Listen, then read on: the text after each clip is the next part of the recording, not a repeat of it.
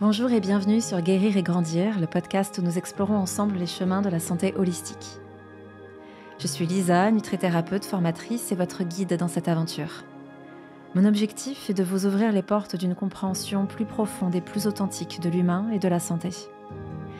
Dans Guérir et Grandir, nous allons poursuivre et approfondir notre quête de vérité et de bien-être. Comme toujours, je partagerai avec vous des interviews d'experts, des conseils naturels et nutritionnels, ainsi que des réflexions certainement plus intimes et personnelles. Cette émission est donc aussi le reflet de mon propre parcours. Un voyage de guérison et de croissance, un chemin vers plus de conscience. Ensemble, nous explorons comment les pratiques ancestrales et les sciences modernes peuvent s'entrelacer pour former une approche où l'unité avec soi-même, avec les autres, avec la nature est célébrée. Guérir et Grandir n'est donc pas seulement un podcast, c'est un espace où nous apprenons à être pleinement nous-mêmes et où nous découvrons comment atteindre notre plein potentiel. Je suis ravie de vous embarquer dans cette nouvelle aventure. Préparez-vous à une expérience enrichissante et je vous souhaite une écoute aussi agréable qu'inspirante. J'ai la joie de te retrouver dans cet épisode de podcast pour te parler de la journée idéale, cette journée parfaite qui pourrait nous permettre de prendre soin de nous sur tous les plans et d'avoir surtout ce sentiment d'accomplissement à la fin de la journée. Et là, on est en plein passage vers 2024 et c'est souvent le moment où on se dit « maintenant je fais du sport tous les jours » ou « j'ai marché quotidiennement » ou « je vais faire attention à ce que je mange ». On est vraiment dans des habitudes qu'on a envie d'instaurer dans notre quotidien et c'est pourquoi j'ai envie de te parler de cette notion de journée idéale. Alors déjà, pour commencer, il est vrai que moi, la première, il y a beaucoup de rituels et il y a beaucoup de choses que j'aime faire quotidiennement parce que je me rends compte à quel point ça m'est bénéfique sur tous les plans. Donc déjà, par exemple, des rituels que je fais le matin, comme le fait de passer mon rap-langue. Le rap-langue, c'est ce petit outil ayurvédique qui permet d'aller attraper les toxines qu'on a sur la langue. On va avoir le brossage à sec que j'aime faire, peut-être pas tous les matins, mais au moins un jour sur 2, un jour sur 3. J'alterne avec d'autres pratiques. Le fait de méditer quotidiennement, le fait de boire suffisamment d'eau, ou encore d'avoir des rituels pour le soir quand je me couche. Tout ça, c'est des petites choses que j'ai instaurées au fur et à mesure de ma vie. Parfois de manière un peu ayatollah, c'est-à-dire très stricte, en me levant une certaine heure, en me levant assez tôt le matin. Et puis en fait, au fur et à mesure du temps, ce que j'ai compris, c'est que il est très bon de se créer un cadre, de se créer des routines, d'instaurer une forme de discipline, de se construire en fait cet environnement qui est propice à notre bien-être, mais pour mieux le déconstruire derrière. Et ça pour moi c'est hyper important parce que je me rends compte que même à travers tout ce que je partage, à travers IDGNutri, ma formation en nutrition santé, ou les programmes que je peux donner, ou même dans les immersions que j'anime, je me rends compte que mon but c'est de vraiment apporter ce cadre, apporter cette connaissance pour que chacun retrouve son autonomie, s'approprie ça pendant un temps, jusqu'à trouver son propre rituel, ses propres routines, et surtout pour pouvoir en sortir. Parce que plus ça va, moins je suis stricte sur quoi que ce soit. Donc je pense qu'il y a vraiment un juste milieu à trouver en fait, avec cette notion de discipline, qui est jusqu'où en fait je m'engage vis-à-vis de moi-même, et à l'inverse, quand est-ce que je lâche le zèle. Donc on va un peu parler de tout ça aujourd'hui. Donc déjà par rapport au rituel purement santé, on va parler de santé physique. Il y a des choses qui clairement font partie de mon quotidien, c'est-à-dire d'avoir une assiette avec les bonnes combinaisons alimentaires, une assiette de nutrition santé, d'avoir un jus vert, un jus de légumes ou un jus lacto-fermenté quotidiennement, d'ajouter certains super aliments sur mon assiette, c'est-à-dire qu'aujourd'hui, régulièrement, je mets soit du germe de blé, soit des algues, soit du pollen, soit du sésame, des graines, des oléagineux sur mes assiettes, des herbes aromatiques, des épices. C'est devenu en fait vraiment la base de la base pour supplémenter mon alimentation avec des vrais aliments. Et c'est vrai que dans mon quotidien, peut-être pas 365 jours dans l'année, mais en tout cas les 3/4 du temps, je me complémente, que ce soit en magnésium, en oméga 3, en EPA-DHA, en vitamine D. Donc pour moi, il y a quand même dans cette journée idéale, cette base au niveau nutritionnel. Alors j'ai envie de dire, normal, c'est mon métier, mais est-ce que je l'ai toujours fait ? Ben absolument pas. Quand je me suis formée, quand j'étais dans mes études de naturopathie, de nutrithérapie, même bien avant ça, j'ai envie de dire, même avant que je me forme, j'étais très ayatollah parce que j'étais animée par le fait de comprendre l'impact de l'alimentation sur notre corps, comment ça pouvait nous transformer. Mais c'est vrai qu'au fur et à mesure, à la fois de mon apprentissage et puis avec le temps, avec les habitudes qui commencent à s'instaurer, je me suis rendu compte que soit par période, je lâchais un peu tout parce que je voyageais, j'étais en déplacement, Donc toute cette notion de jus, de super aliments, de complémentation, c'était mis de côté. Et puis aussi, il y a des périodes dans la vie où on ne peut juste pas. En fait, il y a des périodes dans la vie où j'ai beaucoup moins mangé que d'habitude, où je sautais le repas du midi parce que j'étais prise par des choses professionnelles très prenantes. J'ai dû réapprendre en fait à trouver cet équilibre au fur et à mesure de ma vie, que ce soit parce qu'il y avait des événements professionnels importants, que ce soit parce que je vivais des moments difficiles et que du coup émotionnellement, typiquement, j'avais plus d'appétit. Et pour moi, il est là en fait l'enjeu, c'est comment est-ce qu'on arrive à trouver ce qui nous fait du bien et comment est-ce qu'on arrive parfois à accepter de s'en détacher et que c'est ok et que notre corps peut s'en remettre et comment est-ce qu'on peut le réintroduire. Et là, en fait, je vais tout de suite rebondir là-dessus parce que c'est pour moi la chose la plus importante. Je pense qu'on est tous et toutes conscients que se mettre au sport, par exemple, c'est quelque chose qui peut être compliqué. Par contre, une fois qu'on a pris l'habitude d'aller courir 20 minutes tous les jours, ça devient un peu une drogue. Et jusqu'à ce qu'on garde cette habitude, tout va bien. Et le jour où on la lâche, ça peut être hyper difficile de reprendre.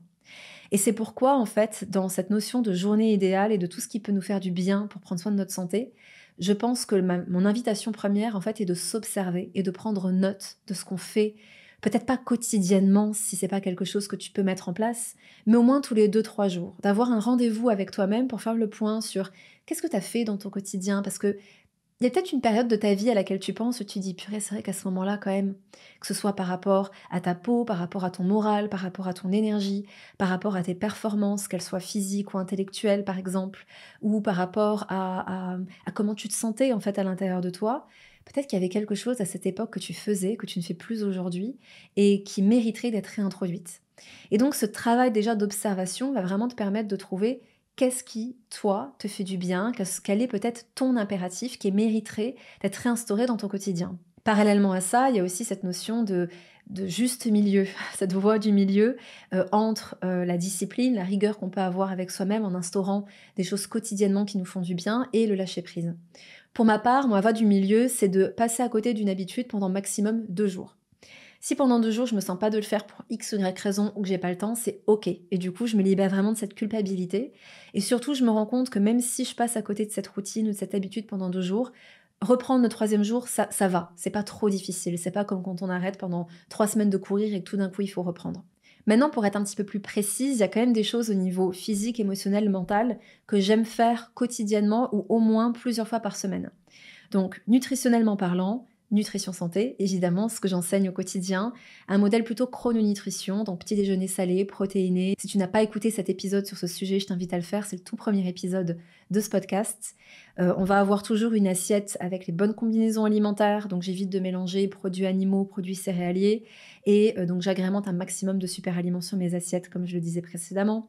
Les rares fois où je mange des protéines animales, par exemple à base d'œufs et de poissons, ça se passe le midi. Et puis pour le soir, c'est 100% végétarien. Et j'intègre toujours, quasiment toujours, un petit snack vers 16-17 heures. Maintenant, il y a plein d'autres choses que je fais quotidiennement que j'ai envie de te partager ici. C'est déjà des rituels par rapport à ma productivité, à mon efficacité derrière l'ordinateur. J'ai un petit post-it juste là sur lequel en fait je me note quelles sont les choses dont j'ai absolument besoin quand je suis devant mon ordinateur. Donc déjà j'utilise les sons binauraux. Donc les sons binauraux c'est ce qui permet en fait d'induire un type de fréquence cérébrale spécifique. Donc on a différents types d'ondes cérébrales. On va avoir les ondes delta qui sont celles qui sont propres au sommeil profond.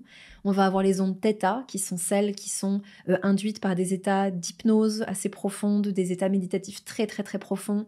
Ça peut être également au moment de l'endormissement. On va avoir les ondes alpha qui nous permettent d'être particulièrement créatifs, de connecter à notre imagination. On est aussi quand même dans un état de relaxation avec les ondes alpha. Et puis on va avoir les ondes bêta qui sont clairement celles que je dois avoir en ce moment même quand je suis en train d'interagir, de réfléchir, de communiquer, de faire ma journée habituelle, on va dire. Et enfin, on va avoir les ondes gamma, voire gamma++, qui sont des états d'hyper-concentration, d'hyper-focus, qui peuvent être aussi induits par certaines pratiques respiratoires et par la méditation. D'ailleurs, la méditation et le pranayama, donc les exercices respiratoires qui nous viennent du yoga, sont des pratiques qui permettent de moduler ces fréquences cérébrales. Les sons binauraux ou le breathwork ou la méditation sont des choses que j'utilise quotidiennement pour induire des états spécifiques. Que ce soit des états d'auto-hypnose, que ce soit des états de concentration, d'hyperconcentration, de focus. Et donc en plus de ces pratiques que je fais régulièrement, j'aime bien utiliser les sons binauraux et tu peux d'ailleurs en retrouver dans l'application EG Pocket si ça t'intéresse. Dans ma journée, il y a aussi quelque chose que je fais quotidiennement, c'est d'écrire mes objectifs et d'en faire le bilan en fin de journée. Donc je vais vraiment prendre cette habitude tous les matins ou la veille au soir de poser qu'est-ce que j'ai réalisé aujourd'hui, qu'est-ce qui n'a pas pu être réalisé et pourquoi, qu'est-ce que j'ai envie de réaliser demain et comment est-ce que je peux déjà anticiper les potentiels freins à la réalisation de ces objectifs. Typiquement, tiens, demain j'ai un gros tournage, je sais que je vais être stressée, qu'est-ce que je peux faire pour mieux me préparer pour ce tournage? Je sais par exemple que quand je fais un tournage, ce qui me prend beaucoup d'énergie, c'est le setup, le fait d'installer la lumière, d'installer le téléphone, d'avoir mes micros qui sont bien rechargés, de m'assurer de ma tenue, est-ce que ça fit bien avec à l'écran, etc., etc. Donc c'est des choses où typiquement maintenant j'ai l'habitude, je le fais la veille au soir. Mais c'est en fait à force de me préparer ma journée du lendemain et surtout de faire le bilan en fin de journée en me disant qu'est-ce qui a bien fonctionné, qu'est-ce qui n'a pas fonctionné, quels ont été les imprévus de la journée, comment j'y ai réagi, comment est-ce que j'aurais peut-être pu réagir différemment, qu'est-ce que je pourrais mettre en place la prochaine fois. Et ça, c'est clairement quelque chose où je sens que j'ai même pas besoin de discipline pour le faire. Je le fais parce que c'est tellement bénéfique que c'est devenu un automatisme. Puisqu'on parle d'écriture, il y a aussi ce journaling que je fais quotidiennement. Alors peut-être pas tous les jours, mais je le fais au moins 3 4 fois par semaine. L'idée, c'est soit le matin au réveil, soit un petit moment quand j'ai du temps dans la journée, je prends mon carnet et je commence à écrire. Et je fais 3 4 pages facilement, un peu pour ne rien dire. C'est-à-dire que j'y vais pas avec un objectif spécifique. Par contre, c'est un rituel que j'aime beaucoup. Pourquoi? Parce que en me formant aux lectures akashiques, je me suis rendu compte que quand j'essayais de canaliser quelque chose, quand j'essayais de faire de l'écriture automatique, très souvent les premiers mots, c'est un peu une purge du mental. C'est comme s'il y avait une part de moi qui disait ok, déjà tout ça je sais. Et en fait, à partir du moment où j'ai mis sur papier tout ce que je peux percevoir de manière mentale ou à travers mes émotions, c'est libéré. Parce que l'idée, c'est vraiment de faire le vide total en soi pour laisser émerger autre chose. Et en fait, je me suis rendu compte que d'avoir ces quelques pages au départ, avant de rentrer dans le vif du sujet, et ben en fait, ça me permet de faire cette purge et ça commence à devenir intéressant au bout de quelques pages. C'est là en fait qu'il y a des choses qui commencent à sortir sur peut-être des ressentis que je peux avoir, des intuitions que je peux avoir, des idées, des concepts qui m'arrivent. Et ça, c'est quelque chose aussi qui me fait beaucoup avancer. Et si c'est aussi important pour moi, c'est aussi parce que je considère que le coaching, le mentoring est quelque chose qui m'aide énormément, mais je mets exactement au même niveau ces moments avec moi-même. C'est-à-dire à partir du moment où je prends le temps de poser sur papier, où je prends du temps en silence avec moi-même pour méditer, pour écrire, c'est tout aussi puissant. Et en fait, plus ça va, plus c'est ce que je préfère même, parce qu'en fait, je me rends compte à quel point toutes les réponses sont en nous. Et d'ailleurs, j'ai fait une petite parenthèse, mais j'ai fait une Vision Quest fin octobre, donc le but était de me retrouver seule en pleine nature, avec le strict minimum pour survivre, pendant 4 nuits et 3 jours. Et c'est assez incroyable parmi toutes les expériences que j'ai pu faire, à quel point en fait cette expérience m'a montré que toutes les réponses sont en nous, mais c'est d'une clarté, c'est assez incroyable. Et ce que j'ai beaucoup aimé dans ce processus en connexion avec la nature, avec juste sa bouteille d'eau, et moi pour le coup, j'étais pas en jeûne strict, j'ai utilisé du miel en fait durant toute ma Vision Quest. Je pourrais peut-être vous faire un podcast là-dessus d'ailleurs. En tout cas, c'est assez fou de voir que tout d'un coup, au moment où on s'endort et qu'on est pile dans ce conscient-subconscient, il y a des choses qui émergent du passé. Moi, j'ai eu des flashbacks de mon enfance, de mon adolescence que j'avais complètement occultés, qui sont remontés. Cette connexion à soi, se laisser l'espace, en fait, pour aller processer des choses qui sont à l'intérieur, pour aller trouver des réponses qui sont à l'intérieur, c'est pour moi fondamental et ça fait partie de mon quotidien. Donc ça, c'est des habitudes que j'adore. Après, il va bien sûr avoir la notion d'exercice physique et de respiration. Donc tout ce qui est yoga, marche, sport, HIIT, haute intensité, trampoline, ça c'est vraiment des choses que j'aime faire. Et il y a bien sûr tous les exercices respiratoires propres au pranayama, au breathwork de manière générale, et bien sûr la méditation en silence. J'arrive pas à méditer de manière guidée, mais la méditation en silence, c'est vraiment quelque chose qui fait partie de mon quotidien. Et dans cette journée idéale que tu pourrais construire, je t'invite à tester. Essaye de tester si pour toi c'est encore compliqué, peut-être de méditer, que c'est pas quelque chose qui te botte. euh, Juste de trouver ta méditation à toi, qu'elle soit en marchant, qu'elle soit en écrivant, qu'elle soit en t'asseyant en silence total, mais pour moi, c'est vraiment de te laisser l'espace et d'être en silence. d'être dans un moment où t'écoutes pas un podcast, où t'es pas en train d'écouter de la musique, où t'es pas en train de réfléchir à quelque chose, juste essaye de faire le vide d'une certaine manière. Et là aussi, c'est pour moi un rituel qui m'apporte énormément de clarté mentale, mais qui m'apporte aussi une grande, beaucoup plus de distance, en fait, cette capacité à être plus observatrice de ce qui se passe. Et les moments dans ma vie où j'ai lâché ces habitudes-là, particulièrement ces moments d'écriture et ces moments de méditation, j'ai vu la différence, mais tellement rapidement, où je me sens beaucoup plus impulsive, je me sens beaucoup plus stressée, mon agenda, enfin ma journée devient vite assez chaotique, je me sens beaucoup moins organisée. Donc voilà, je te partage vraiment ce qui pour moi fonctionne et qui peut être une bonne idée à intégrer dans ton quotidien. Maintenant, il y a autre chose dans cette notion de journée idéale que j'ai envie de te partager et c'est à la base ce pourquoi je voulais faire ce podcast. En gros, on a tendance à procrastiner des choses qui nous font du bien. C'est en lien avec tout ce qu'on a envie de faire, tous ces rêves, tous ces projets. J'ai envie de me mettre à l'aquarelle, j'ai envie de reprendre le violon, j'ai envie de jouer du piano, j'ai envie de me mettre au chant, j'aimerais avoir plus de temps pour faire du pilates, etc., etc. Tu peux très certainement déjà te faire ce listing mental qu'on prend jamais le temps de faire. Et je suis la reine là-dedans, c'est-à-dire que j'ai très souvent eu ce réflexe de prioriser le professionnel et de me dire tant que j'ai de la charge mentale, tant que j'ai des choses encore à faire, je peux pas en fait m'accorder le temps pour vraiment lâcher prise et prendre du plaisir d'une certaine manière. Et l'idée, c'est de sortir de ça.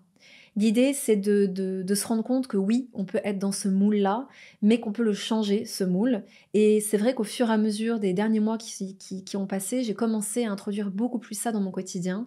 Et je me rends compte qu'en fait, c'est vraiment possible. Et cet exercice, je l'ai fait avec l'une de mes coachs et je l'ai trouvé vraiment génial. Tu peux le faire en live avec moi si tu veux, donc je vais t'indiquer comment le faire et puis tu vas pouvoir mettre pause au fur et à mesure pour le faire ensemble. Donc déjà, ce dont tu vas avoir besoin pour faire ce petit rituel, c'est de prendre une feuille blanche. Donc ça peut être une feuille A4, une feuille même encore plus grande si tu as des formats posters, si tu as des grands papiers conçons. Mais sinon, déjà, quelques feuilles A4, ça va clairement faire l'affaire.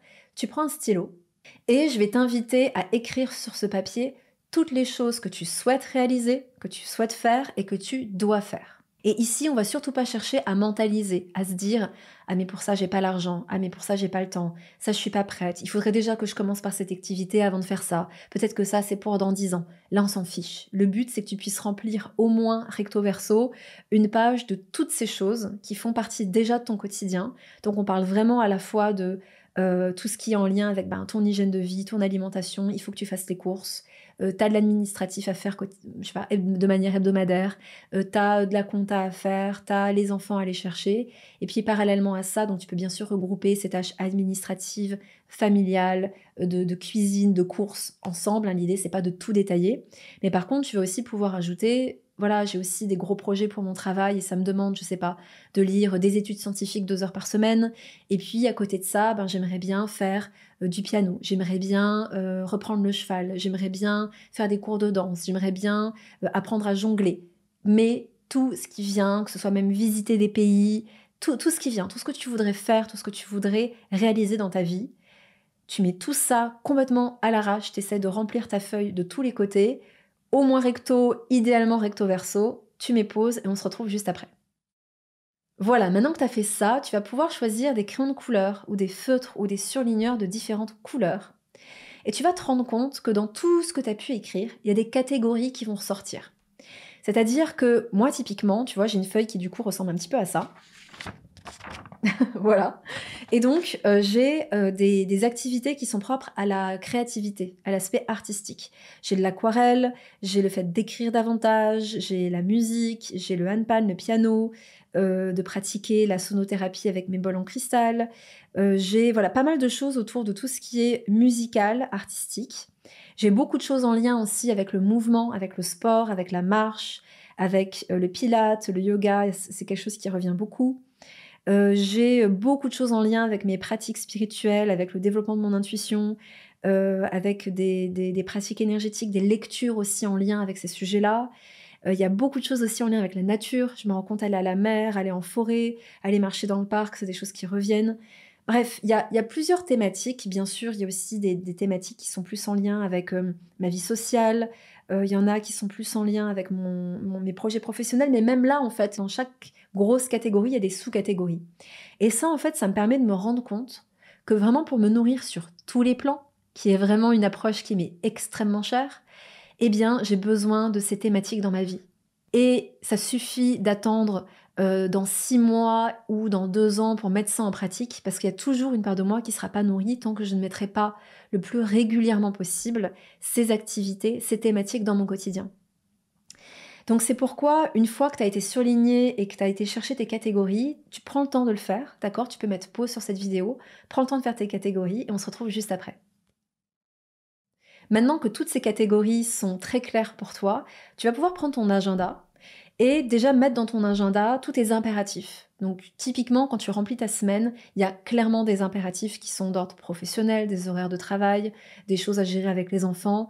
Ok, ça tu peux déjà le mettre parce que c'est de toute façon des passages obligés, d'accord? Tout comme le fait d'aller faire tes courses, de faire ton ménage, ce genre de choses. Tu sais que ça c'est un temps qui est nécessaire pour ta vie quotidienne. Une fois que ça c'est fait, tu vas pouvoir prendre tes catégories. Donc moi typiquement, j'ai une catégorie qui est propre à l'admin, à la compta. Et ça, c'est pas quelque chose que j'ai besoin de faire tous les jours, ni même toutes les semaines, mais peut-être toutes les 2 semaines ou tous les mois, par exemple. Et du coup, je vais me le planifier.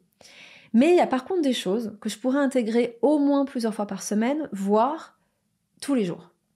Et en fait, pour moi, l'exercice, c'est déjà de se dire, est-ce qu'il y a moyen qu'un maximum de ces catégories puissent se mettre dans ta journée? Si c'est du sport, par exemple, si c'est de la méditation, si c'est de la lecture, est-ce que c'est déjà des choses, si vraiment tu prends le temps de te poser, où tu peux te dire, en vrai, je peux me libérer 20 minutes de lecture par jour, je peux me libérer 10 minutes de méditation par jour, et ça c'est quotidiennement.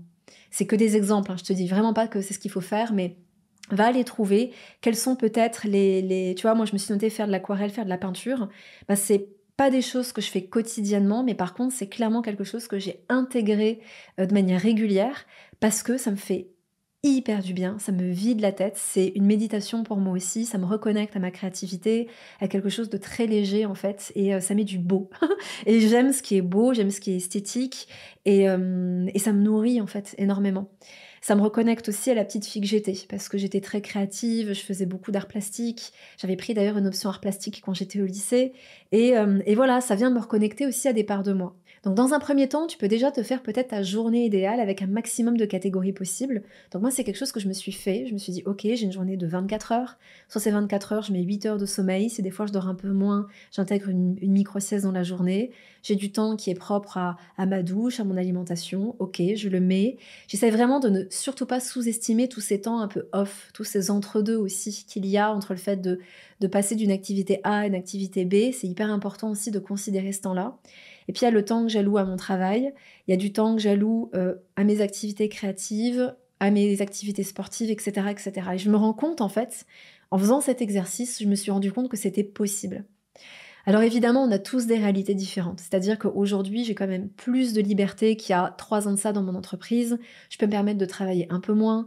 Je suis célibataire sans enfants. C'est sûr que quand on a des enfants, c'est différent. Mais pour avoir déjà conseillé cet exercice à des amis qui sont parents, il y a vraiment des choses incroyables à en tirer.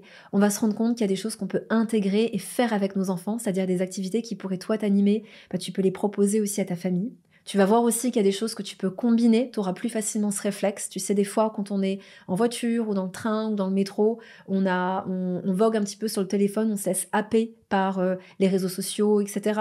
Alors que là, quand tu sais que lire, c'est hyper important pour toi, ou te former sur un sujet, c'est hyper important pour toi, bah, ça devient une habitude en fait. C'est ce qui fait que tu vas être beaucoup plus, j'ai pas envie de dire proactive et pas forcément le bon mot. En fait, c'est juste que tu vas exactement savoir comment tu veux investir ton temps parce que tu as pris le temps de le penser, ce temps. Tu as pris le temps de faire le bilan de ce qui te nourrit vraiment et donc d'avoir un tri qui est fait entre ce qui te bouffe de l'énergie, là où il y a des déperditions en fait de temps et d'énergie et comment ça peut être mieux rentabilisé.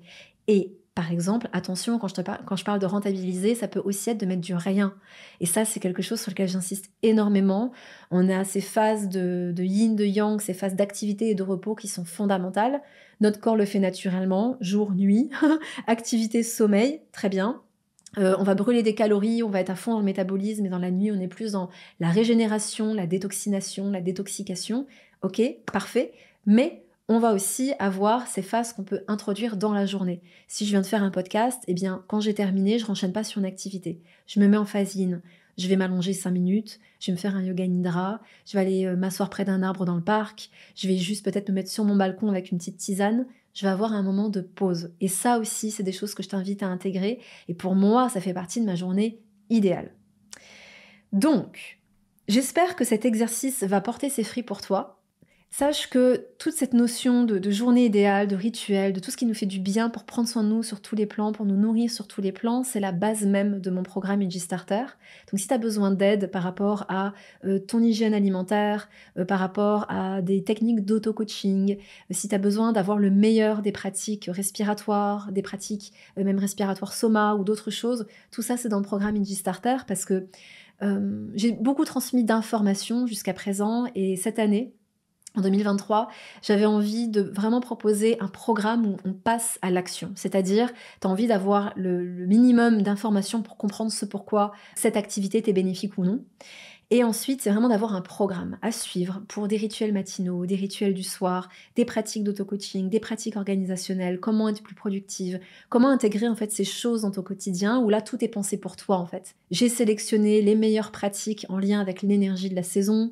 Donc des fois on voit des pratiques taoïstes, des fois des pratiques ayurvédiques ou ici du yoga. Il y a une méditation pour chaque saison et une pratique soma pour chaque saison en lien avec l'énergie de la période. Il y a des menus hebdomadaires aussi, tu as 4 semaines de menus complets qui respectent les bonnes combinaisons alimentaires, qui sont vraiment des menus IG, propres à la nutrition santé, qui sont naturellement anti-inflammatoires avec les listes de courses. Et c'est fait aussi bien pour les flexitariens que les végétariens, les végétaliens. Donc dans ce programme Energy Starter, il y a vraiment tout qui est pensé pour t'aider à créer ce cadre, pour t'aider en fait à vivre au quotidien ta journée idéale, pour peut-être à moyen ou à long terme sortir de ce cadre et trouver qu'est-ce qui fonctionne pour toi. Et en plus du programme Energy Starter, il y a aussi l'application Energy Pocket, qui est vraiment faite dans ce sens. Pour moi, le but, c'est de t'aider à intégrer la santé holistique dans ton quotidien. Donc tu le verras dans l'application, il y a toute la partie nutritionnelle qui est 100% gratuite. Donc tu as des centaines de recettes, tu as un moyen pour apprendre à faire des bonnes combinaisons alimentaires. Il y a un petit outil interactif aussi qui te permet de voir si tous les jours, tu te nourris sur tous les plans. Je t'explique ces différents plans de l'humain, cette dimension holistique de l'humain. Et puis, tu as aussi dans la version premium des lives avec des experts, dont moi, dont Tom Lehman qui fait des lives sur le yoga de la voix. Il y a des lives sur la phytothérapie, sur le human design, donc c'est hyper riche. Et tu as aussi beaucoup de pratiques, des bains sonores, des pratiques soma, des pratiques respiratoires autres. Donc c'est vraiment tout ça est vraiment conçu. 2023 pour moi, ça a vraiment été une année pour apporter des outils concrets pour passer à l'action et te permettre d'incarner cette santé holistique au quotidien et de trouver qu'est-ce qui fonctionne pour toi.